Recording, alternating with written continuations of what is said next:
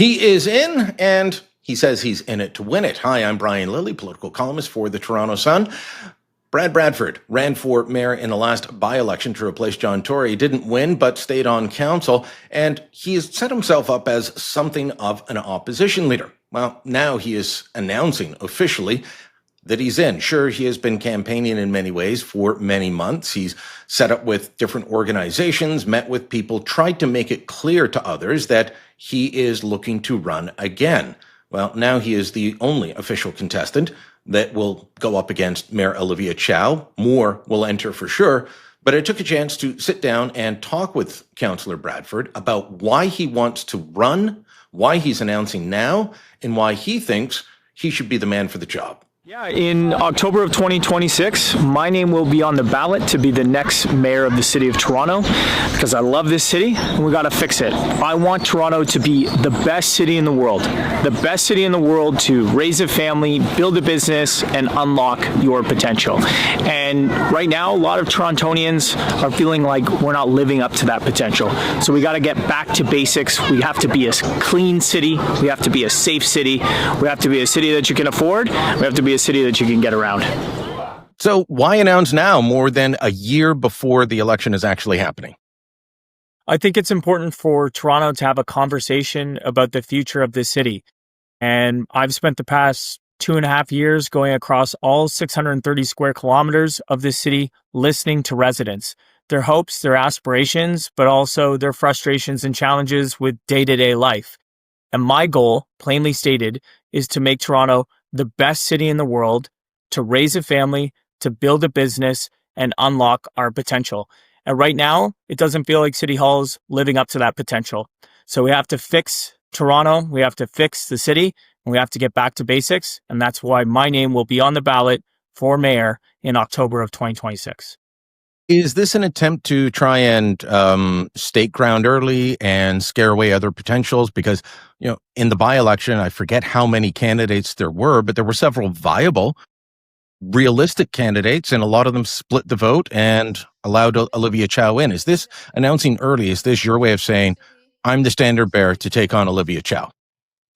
This is a recognition that Toronto is worth fighting for. This is a city where I'm building my home, I'm raising my family, and I want to make Toronto the best city in the world to live, right? And I think people share that view. It gets a lot of us up in the morning, but starting now, making sure that people know there is going to be alternatives. This is a conversation about what type of city do we want to be. It's a new generation of leadership.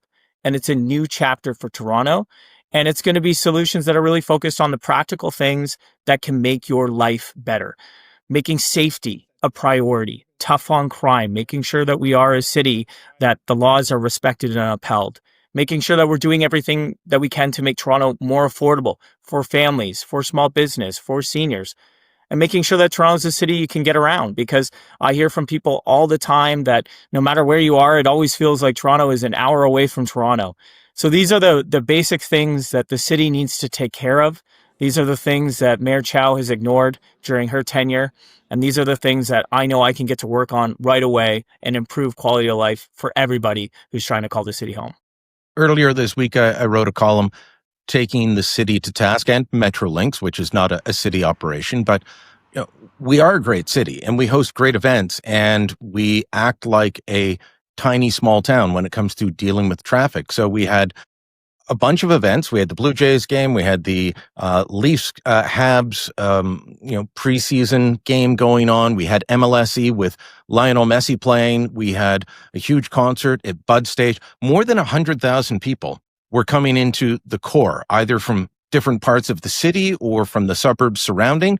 And we had Metrolinx shut down the Lakeshore Go West line. That's not something the city can handle, but we also didn't have extra resources available to direct traffic.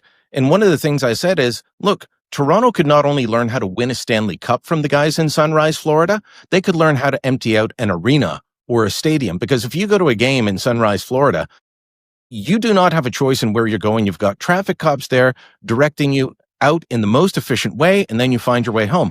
Instead, we had absolute chaos. I not only heard about people taking 3 hours to go to Burlington and Hamilton, I heard from people who live in Midtown spending hours trying to get home because there was such chaos with traffic. And on top of that, the subway kept stopping. The streetcars were shutting down. Utter madness. These are basic things that we should be able to operate if we want to call ourselves a great city. We have to get back to basics, and we have to be able to take care of the little things before we take on the big things. And we should be a city of ambition. And yet when you look around and you deal with something as basic as keeping the trains running on time and the traffic moving, Toronto is failing. And that's because for Mayor Chow, this has not been a priority. We've experienced a decade of decline. We've experienced a decade of drift because administrations try and be all things to all people. And you spread yourselves a mile wide and an inch deep. And the result is everything is executed at a pretty substandard rate. My focus is going to be clear. It is going to be about making the city safer for everybody. It's going to be about making the city more affordable and about getting people moving, no matter how they want to move in the city. And when we recognize and go after our ambition of hosting these big events and bringing people from around the world to our city, we need to be able to respond to that. And one of the primary things is moving people in and out of a venue site, out of our transit stations, out of Union Station. And it requires, keeping your eye on the ball. And the drift, the lack of focus, the lack of prioritization for these basic things is holding the city back. We're going to change that. We're going to fix the culture at City Hall. We're going to be very clear about the things that we're going to do and the things that we're not going to do anymore, because we can't be all things to all people. But I can promise you this, we're going to take care of the basics. We're going to get this city moving. We're going to make this city safe again. And we're going to do our best to make life more affordable for everybody. So in terms of priorities, Mayor Chow's priority has been increasing taxes, and we've seen that over the last, I would say, 4 years, so not counting the coming budget and the coming fiscal year. My calculation was that taxes have gone up about 29% over 4 years. Services, I've been living here longer than that, services have not gone up by that much. Taxes have. The mayor obviously has priorities that don't align with making sure those basic services happen or are looked after. Even picking up the garbage in city parks. When you're going days and days and days in the middle of the week with those large bins that they brought in because the little bins were too small. Now the large bins are overstuffed, and it's like that for 3-4 days. There's clearly a problem in execution, but it doesn't seem to matter to the mayor's office and city administration. Yeah, it's unfortunate because we all love this city so much, and I want Toronto to be successful. I want our leadership to be successful. But Mayor Chow's Toronto is a city that can't clean up the snow in the wintertime or keep the pools open in the summertime. And that's just unacceptable. Like, these are basic core services. And as you point out, Brian, Mayor Chow has people paying more than ever before for these basic services, but we're not getting the performance. And that's because there's not a culture of accountability at City Hall. And as I said, she's dropped the ball on some very key files. So we need a mayor who is the CEO of the city, and it's going to be making sure that the services are delivered at an A+ level, not a C- or a D+, and that these services that Torontonians rely on a day-to-day basis are getting done and delivered at a high quality standard. But again, that requires accountability, it requires focus, and it requires leadership that is determined to deliver performance and value for money. We don't have that right now. We're going to have to change the culture, reorient the culture at City Hall around performance and accountability. And that's going to require leadership change right at the top. Have you been hearing about the issue of the city expanding shelters throughout the entire city? I've been hearing about them up in Humber off Wilson Road, right near a couple of schools and a daycare center, down in south Etobicoke, elsewhere in the city, putting these in, and the city will continue to hand out, they can't be safe injection sites anymore, but they will hand out drug paraphernalia. Is someone that, I see more crack pipes now than I ever have in my life. Nobody seems to be getting better. On my walk into the office this morning, saw 5 people huddled at the corner of Yonge and Wellesley, smoking a crack pipe. We're going to export that from the downtown core out into all these neighborhoods and the suburbs. I don't think that's going to be very popular, but the city is plowing ahead despite opposition. Have you been hearing about that, and what is your stance on that issue? Yeah, I hear about it all the time. And I've been plugged in with some of the residents out in Etobicoke that have been trying to encourage the city to listen, to address their concerns, to change course, because we have to be clear eyed and sober about some of the impacts that come with these facilities. Now, the impacts can be managed in some cases, and you have to have the supports in place and the services there, so that they can be managed. But telling the community that they're terrible people because they have concerns is not a productive conversation. And ignoring people because of those concerns, or in fact, even worse, gaslighting them and telling them like there's no problems or challenges, that's how people lose confidence and trust in local government. I mean, take a stroll down Young Dundas Square, and you will see the impact of the concentration of 4 supervised consumption sites in a 5 block radius. You know, it's not nice. We just have to be honest about what those impacts are, and leadership needs to have the humility to recognize when we've gotten it wrong and go back and change course. So, broadly speaking, what we're doing right now is not working. We're ripping this city apart with these conversations that are much more information sharing rather than consultation. There needs to be a way to land these things, and make them work. But just telling them from up on high how it's going to be is not a way to have a productive conversation. And I think we need to do a better job of engaging neighborhoods like Etobicoke, North York, Scarborough, and parts of the downtown, and working together to address this problem. The last thing I would say is, when you look at the NDP government in British Columbia and the Conservative government in Alberta, both of them are singing from the same songbook, which is a recognition that just facilitating drug use is not the solution.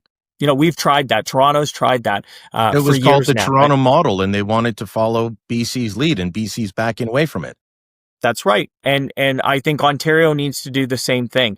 You know, if there is going to be supervised consumption, it must be accompanied with mandatory treatment. We need to give these people the tools to break the cycle of addiction. They have to have treatment to do that, because, you know, when you are an addict, your focus is getting your next fix. It's a public health issue. And that's where their head is. So having a social worker or a counselor hand them a card to say, hey, see you next Wednesday at 10 a.m. for your appointment, that's not realistic. And it's actually unfair to expect that that's something that they're going to be able to manage on their own. I think we have to follow the lead of British Columbia and Alberta, and start to have that conversation in this province, in this city, about mandatory treatment, because that's the only way we are going to get these people the help that they need. You've mentioned leadership several times. Why do you think, why should voters believe that you have the leadership skills necessary to lead an operation this big? Tens of thousands of employees, a budget in the billions. Why you? What gives you that capability? Well, there's a couple things. I am trained and practice as an urban planner. City building is my passion. That's been my life's work. I've worked in the private sector on projects across the country, and I worked at City Hall in the chief planner's office, and I saw all of the dysfunction and the challenges that come with the big bureaucracy. And then I ran for council to fix that. And I've spent the past 2 terms working to reduce the red tape, to expedite process, to deliver better customer service. And I know we still have a long way to go. I think the city is not getting it done for residents. But more than that, I'm not afraid to do the difficult things. And again, I look at the city over the past 10 years, and despite best intentions, it's been a city in decline. It's been a city that's drifted. And that's because we haven't had the strong, decisive leadership to stand up, identify the priorities, commit to the focus, and have the courage to see it through. We can't be all things to all people. And I'm going to be straight and honest with everybody, let them know what those priorities are, the things we're going to focus on, and the things that we're not. And I think it is time for change in this city. It's time for a new chapter in Toronto. It's time for generational leadership. And as somebody who is raising 2 young kids with a mortgage and childcare bills, and, you know, trying to register his daughters for swimming lessons or get them to the rink for hockey practice, I understand the challenges that families are facing in Toronto. And I'm seized with addressing that, so that this can continue to be a city that supports families. This can continue to be a city where people want to bring their time and their talent, make their bet as entrepreneurs, and build it in Toronto. But if you don't have somebody that understands and resonates with those issues, they're not going to have the urgency to go and fix them. They're not going to ensure the accountability is there at City Hall to get the job done. And I think that we've had leadership that is completely out of touch with the day-to-day experience of the vast majority of Torontonians. I am plugged in, I'm dialed in on the issue set, and I'm making my commitment to you and the residents of Toronto. I will fix that for you. All right. Councillor Brad Bradford, would-be Mayor Brad Bradford, thanks for the time. And with a year to go in the election campaign, I'm sure that we'll be talking more times over that coming 12 months. Thanks very much, Brian. Let us know what you think. Drop a comment down below. Share this on social media. And don't forget to subscribe to our channel.